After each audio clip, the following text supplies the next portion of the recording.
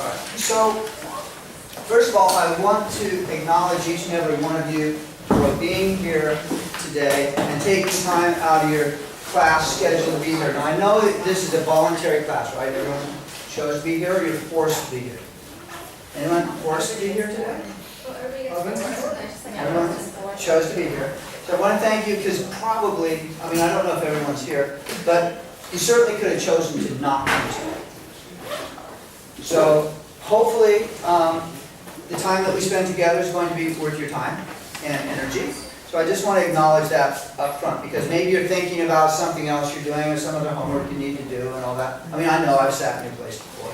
So hopefully what we're going to do, what I plan to do is cover some key concepts of effective communication. Number one. Number two, some key aspects of how our body functions at 100% from the natural medicine perspective. And what can stop that functioning at 100%. And then how symptoms fit into the big picture.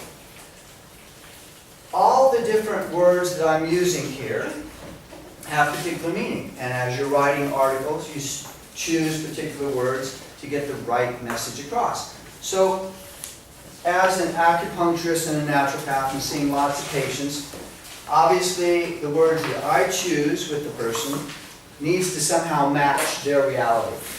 If not, there's a disconnect and the communication will not work. So what we've done to start out with a little exercise here, so it's not just me talking, but everyone is actually doing something too, is there are 4 cards here. You can take your paper clip off now if you haven't already. And on each of the cards, I want you to look at the words. And if you want, you can make like little check marks or circle the words on each card that mean the most to you, that you identify the most with. And then I want you to put these cards in order. The 4 cards, so you put the one you most identify with on top. Then the one you next identify with under that. And then on down until the least important one.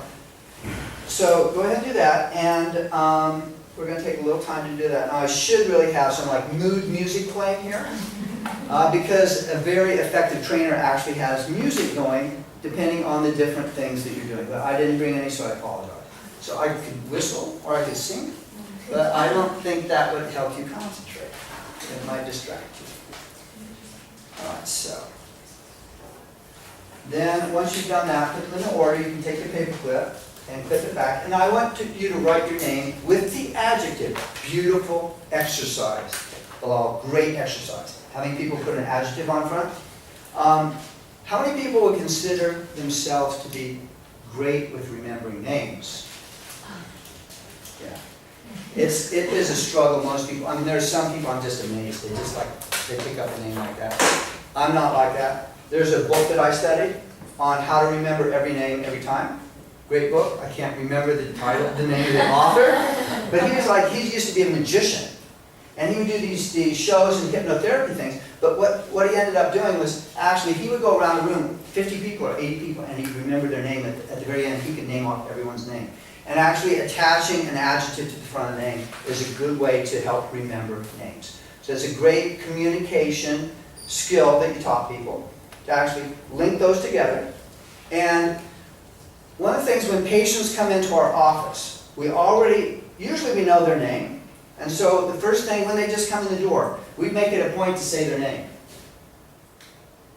Do you think perhaps your name is one of the words you've heard the most in your whole life? And it has the most impact? Very important. Communicating with people's specific names. Now I know Bilal and Judy, because I already talked to them. And then there's, let's see, I was trying so hard to remember the adjectives attached to people's names. And something Genevieve. Generous, that's right. And let's see who else there is. And you didn't speak up very loudly, so I didn't even get your adjective or your name, because you came in late. Yeah. So, one other aspect of communication, and that Esther's been helping me do lectures. And we did a lecture on Saturday. And one of the things that, is it okay if I just say something? Okay. Esther's great. She's a very warm person. Not like me, I'm kind of cold. But Esther's very warm, but she doesn't project her voice. I studied with a voice teacher who's a voice master to the stars in Hollywood. His name's Roger Love. And he says to speak so that you're speaking 10 feet out from you. And to fill a room like this, it's very important to do that. So I'm trying to get Esther to do that. So it's another key communication point. If you are, and your name, shout it out. Shout it out. Be proud, you know? It's like, you were something, Bilal? What was your? I said boisterous. Boisterous. See, a little boisterous. He projected, that's good. So, again, the language of healing. Remembering people's names, using it repeatedly as you're speaking to them. It builds rapport. Okay.